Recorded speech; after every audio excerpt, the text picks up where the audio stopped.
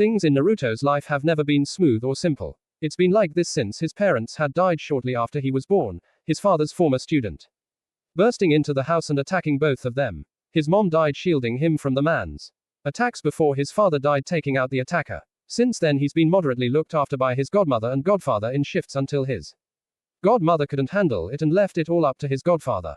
His godfather though wasn't really a parental figure given he was mainly out of the house for the most part, leaving him to his own devices. It was a rather difficult childhood without any real parent figures, but he handled it in his own way, acting out and rebelling for attention, which more often than not resulted in him getting in trouble. Of course, as he grew older, he was careful not to get caught, given he was more prone to get in serious trouble if he was. For the most part, he stuck to pranks that caused chaos. He also liked to think of himself as someone who wouldn't stand by and watch as someone got harassed, although him doing just that was now the cause for his current situation.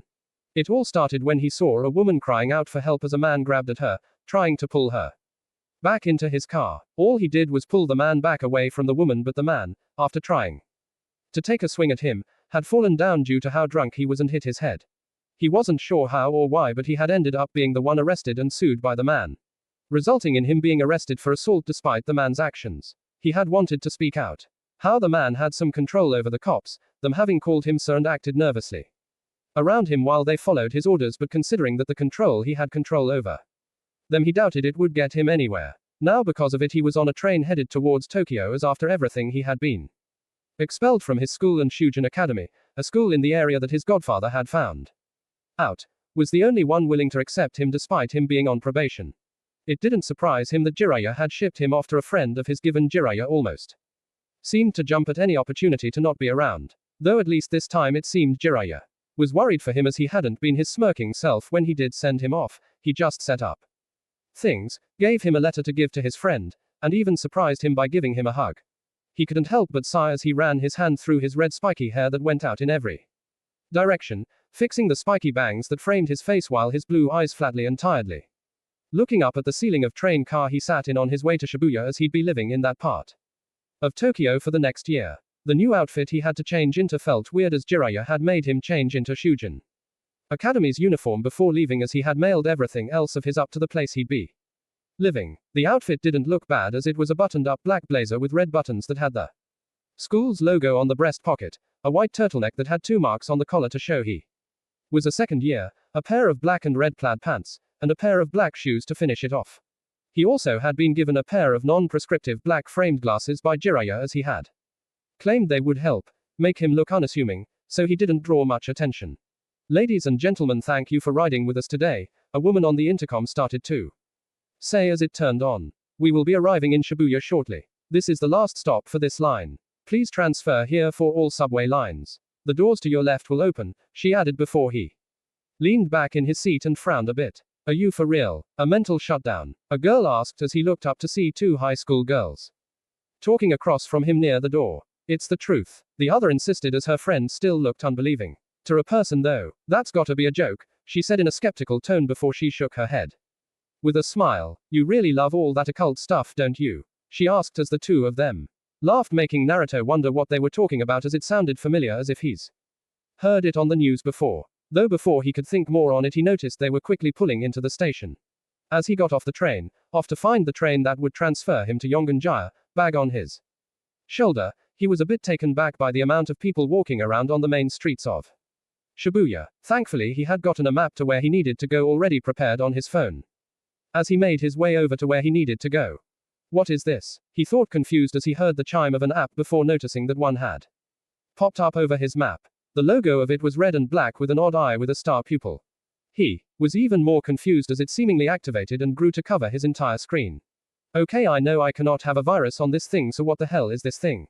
he thought with a frown as he tapped his screen only to find it unresponsive. He quickly noticed something was off as the noisy streets were going silent, and as he looked up, he found everybody starting to slow down and freeze in place. He was a bit worried as he looked around until a pillar of dark red fire burst up in the distance.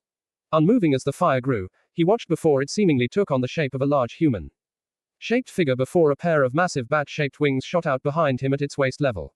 He knew he should be freaking out or questioning his sanity, but right now he was calm, as if the figure made of fire was a friend and was not a danger to him. He swore the image of him smirking with golden eyes flashed in his head before he seemingly snapped out of it, and the people of Shibuya had started to move and talk around him again. As he looked around, he shook his head, getting the weird scene to leave it before he found his phone responsive, which allowed him to move the new app down into the trash can. Probably a weird virus. I'll check to see if it messed anything up later, as right now I can't miss my train, he thought with a frown as he quickly hurried towards the Yongan-Jaya line. This train ride didn't last nearly as long as the first, as he found himself stepping off the train and into the station. Looking back down at his phone, he continued to follow the map until he reached the back streets of a residential area. Okay, Sujiro's house should be around here somewhere, but these streets are a bit of a mess, he thought with a frown before noticing a nearby cop, and decided they'd probably be able to direct him to where to go so he didn't waste time being lost.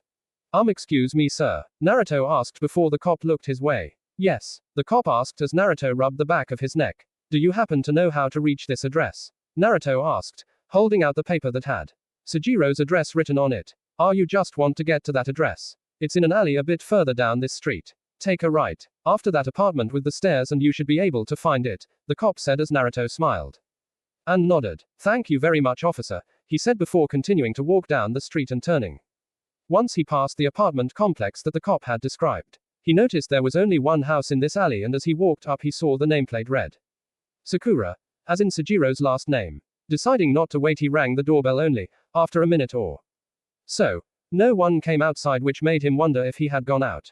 Looks like no one's home, a man said as Naruto looked over to see a delivery man standing near his truck, seemingly talking to himself. Sakura-san is usually at his cafe around this time. Well, LeBlanc is in the back alley, so I should make my other deliveries first, then head back, the man said before frowning, and Naruto shrugged his shoulders as he decided to look around for this LeBlanc. Great, gotta look for another back alley, he thought with a frown as he wandered around, peeking into various side alleys only to find something hopeful to being LeBlanc as he went down a side alley located close to where he arrived in. Coffee and curry. LeBlanc, he read on a nearby sign in front of the small cafe before he walked in. Instantly he was hit by the smell of coffee, while the cafe gave off a strong homey feel to it.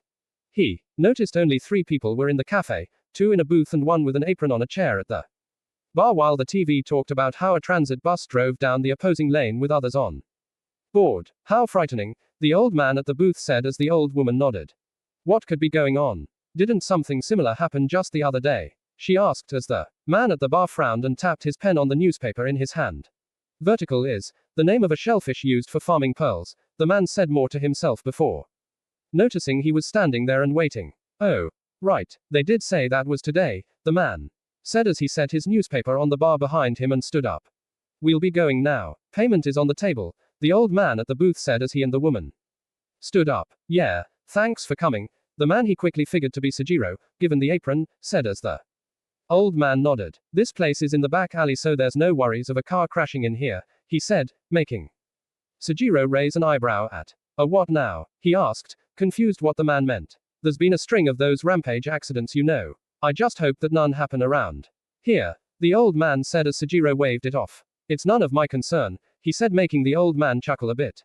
We'll see you next time then, the old man said before the two of them left, leaving only him and Sujiro in the cafe. 4 hours just for a cup of joe, Sujiro said with a sigh before he looked toward Naruto. So, you're Naruto. I do say you have your mother's hair, so there's not many people you could be, he added as Naruto nodded and ran his hand through his hair. Yeah, I am Naruto Uzumaki. I'll be in your care from now on, Sujiro. Jiraiya told me to have you read this once we met, Naruto said as he pulled out a letter from Jiraiya before handing it to Sujiro, who nodded and opened it. Sujiro's face went from tired to somewhat serious as he read through the apparent 2-paged letter. Well, you know what, fine. If that old man thinks so, then I'll keep that in mind, Sujiro said before looking back at him. If he thinks what? Naruto asked as Sujiro frowned and rubbed the back of his head as if he was unsure what to say or how to say it. He mentioned how after the man fell on his own due to being drunk and the cops showed up that you said he commanded the cops, right? Sujiro asked as Naruto nodded, having told Jiraiya this fact only due to him arriving before his lawyer and Jiraiya deciding to keep it a secret to protect him in case the man ordered the cops to do something else. Yeah, before he even noticed me coming up to stop them, I heard him say the cops were his bitches. Plus the man was drunk, so when he swung at me first I just stepped back and he fell onto his face before blaming me, Naruto said as he still was pissed about taking the fall like this and not fighting back but ended up having to with the witness being forced to go along with the drunk man. Sujiro though nodded as he pocketed the letter. Well, it seems that Jiraiya believes you and thinks you didn't actually assault the man. He's looking into it and you're to stay here to keep yourself safe while you serve out your probation here for the next year, Sujiro said with a bit of a smirk. Guess you don't look all that bad, unlike how I was expecting when Jiraiya described you. Follow me, Sujiro said as he motioned Naruto to follow before they headed through the cafe and up the stairs in the back. As they reached the top of the stairs, walking into LeBlanc's attic, Naruto had to cough a bit due to how unbelievably dusty and messy it was. From books stacked all around to junk, garbage, and unused household items piled in one corner. Dust caked everything except the bed and blanket in the top right corner while cobwebs hung from the ceiling. Wow, I'm guessing you really don't come up here too often, Naruto said with a frown as Sujiro frowned. Why would I? This was my storage though, from now on it will be your room, Sujiro said as he pointed to the bed. I'll at least give you sheets for your bed, but it's on you to clean up the rest, as Jiraiya and I did agree to make it where you have to do some work as a punishment of sorts, he said before Naruto sighed at the work ahead of him. I'll be leaving after I lock up each day. You'll be alone at night, so don't do anything stupid, as I will throw you out if you cause trouble, as I am still your probation officer while you are here, Sujiro warned while Naruto saluted at him. Don't worry, I don't plan to cause any trouble for you, Naruto said while Sujiro looked him over, as if trying to discern if he meant it before nodding. We'll be going to Shujin tomorrow. We will introduce ourselves properly to the staff there, as you need to make a good impression given there is rarely a place that will accept someone like you, Sujiro said before he pointed behind him over his shoulder. Your luggage from Jiraiya arrived earlier and I left it over there. You do whatever you want until I leave, but try not to be too loud, Sujiro said as he walked down the stairs and Naruto sighed. Well, best see what Jiraiya sent me, he thought as he walked over to the cardboard box and opened it up. He noticed how it was full of clothes, daily necessities, and other items Jiraiya thought he might like, which included a picture of his parents. Guess I should change into more comfortable clothes before I clean so I don't dirty my uniform, he thought as he quickly changed. He chose simple and comfortable clothes, sticking with a long-sleeved black shirt, an orange sleeveless hoodie that had white fur trim around the hood, a pair of dark blue jeans, and a pair of black Converse sneakers. And now on to cleaning this mess up, as I can't live like this, Naruto thought with a sigh as he rolled up his sleeves and decided to get to work. First he started with dusting, getting rid of the cobwebs that hung from the ceiling, before bringing out a mop and broom to clean the floor. He also slid his box of things onto a nearby shelf. After clearing space, put the sheet onto his bed, and tidying up as much as he could, which consisted of clearing the table that was next to the couch. He planned to clean and tidy more, but at least now it was moderately livable up here without worrying about getting caked in dust if he touched anything nearby. Wow, so the noise I was hearing actually was going towards something. This place doesn't look too bad now that it's cleaned, Sujiro said as he looked around with an impressed smirk on his face. Thanks. Living on my own kind of helps teach a man how to clean up after himself, Naruto said, making Sujiro raise an eyebrow at. Doesn't Jiraiya live with you though? Sujiro asked, which only made Naruto let out a scoff with an eye roll. That pervert has spent more time out of the house than in it since I turned old enough to look after myself, and even before then it was iffy. He's a decent guy when he is around, but it isn't too often that he is around at all, Naruto said with a bit of a frown before Sujiro decided to change the subject, as he could tell it was a sore one. Why don't you go to bed? It's late and we do have somewhere to be tomorrow. I'm going to close up the shop and get out of here myself. Behave and we'll head over to the school tomorrow, Sujiro said before he walked down the stairs and Naruto heard the door open and close. Naruto sighed as he once again changed into pajamas, consisting of a pair of loose black sweats and a long-sleeved orange shirt. As he laid down on his new bed he stared up at the ceiling, wondering how his new life here would be after everything that happened. Wonder how long I can keep my stupid record a secret at my new school, he thought before he hear his phone chime in his pocket, only to see, as he pulled it out, the weird app with the eye icon had reappeared on his phone. I thought I deleted this thing, Naruto thought with a frown before he deleted it again, deciding to look at his phone better tomorrow to make sure it didn't have a virus on it as he put the blanket over him and decided to go to bed. As his eyelids grew heavy and closed, it seemed like just a second later that he bolted up, the sensation of falling quickly jolting him awake, only to find himself somewhere unknown. The place was incredibly blue with chains hanging from the walls. He noticed a toilet in the room, and as he sat up he quickly realized not only were his wrists bound in shackles and connected with a chain, but he was wearing a black and white striped shirt and pair of pants like a prisoner. As he quickly moved it sit up, continuing to look around, a chuckle brought him out of his thoughts and quickly looking towards his right to see a jail cell door bound in chains as two figures walked in front of it from each side. The figures were small and female with platinum blonde hair and yellow eyes with seemingly matching uniforms, though he noticed some differences between the two. The girl on his right had her hair done in a pair of buns, her hat having the letters XMRN on it with her eye patch over her right eye, while the girl on his left had hers done in a braided ponytail with the letters OYO on her hat and her eye patch on her left eye. Their outfits, though, consisted of black loose-fitting shorts, long-sleeved blue shirts with a lighter blue sash going from their left shoulder down to the left hip, thin black ties, a black brassard on their left bicep, knee-high white socks, and a pair of black shoes. He watched as they stood in front of his door, almost waiting for him before he stood up and walked towards them, only to hear the jingle of more chains. A quick look behind him showed how there was a ball and chain attached to him by a shackle on his left ankle. As he moved towards them, thankful that his chain was long enough to allow him to reach the door, he grabbed onto the bars and frowned at them. Though before he could ask them what the hell was going on, they turned and looked behind them, getting him to notice a lone figure sitting behind a desk in the center of the circular room. The man looked incredibly odd as he was very lanky with thin arms and large eyes.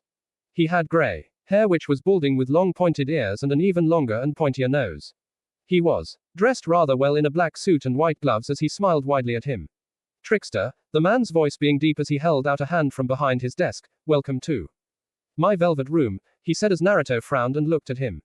Okay, seriously, what the hell is all this place? Why am I locked up like this, and who the hell are you all? Naruto asked, not liking being locked in a cell as he tried shaking the cell door.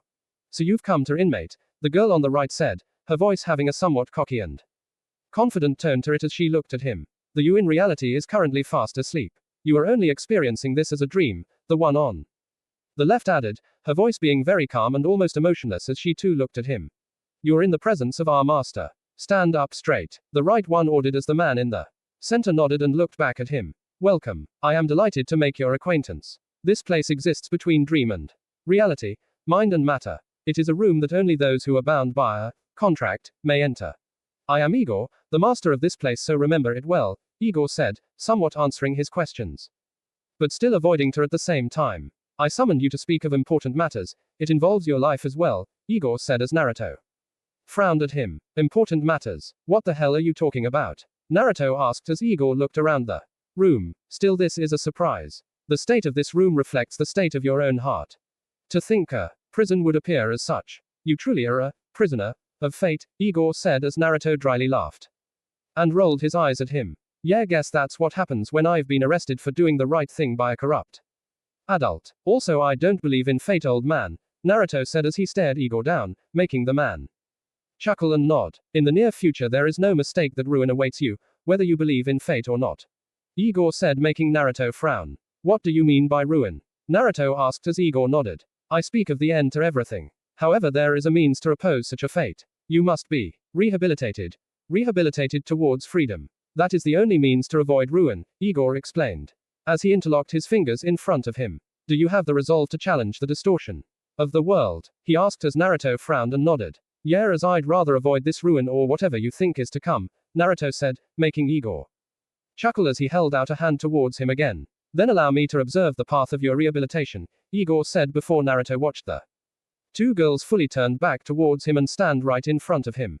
Ah, pardon me for not introducing the others. To your right is Caroline, he introduced as the confident one smirked at him, and to your left is Justine, he said, the calm one softly nodding towards him. They serve as wardens here, he finished as Caroline laughed. Try and struggle as hard as you like, Caroline said as he noticed the taser baton behind her back. The duty of wardens is to protect inmates. We are also your collaborators, that is, if you remain obedient, Justine said as Naruto nodded as he looked at them, feeling that they were more than meets the eye. I shall explain the roles of these two at another occasion, Igor said as the two turned face back towards Igor. Now then, it seems the night is waning and it is almost time for you to wake. Take your time to slowly come to understand this place, as we will surely meet again eventually, Igor said before he snapped his fingers and a bell rapidly started ringing. Time is up. Now hurry up and go back to sleep, Caroline said as Naruto frowned, not sure how to take all of this, as he wondered if it was all a strange fever dream of sorts, before his vision started to darken and the velvet room around him fading.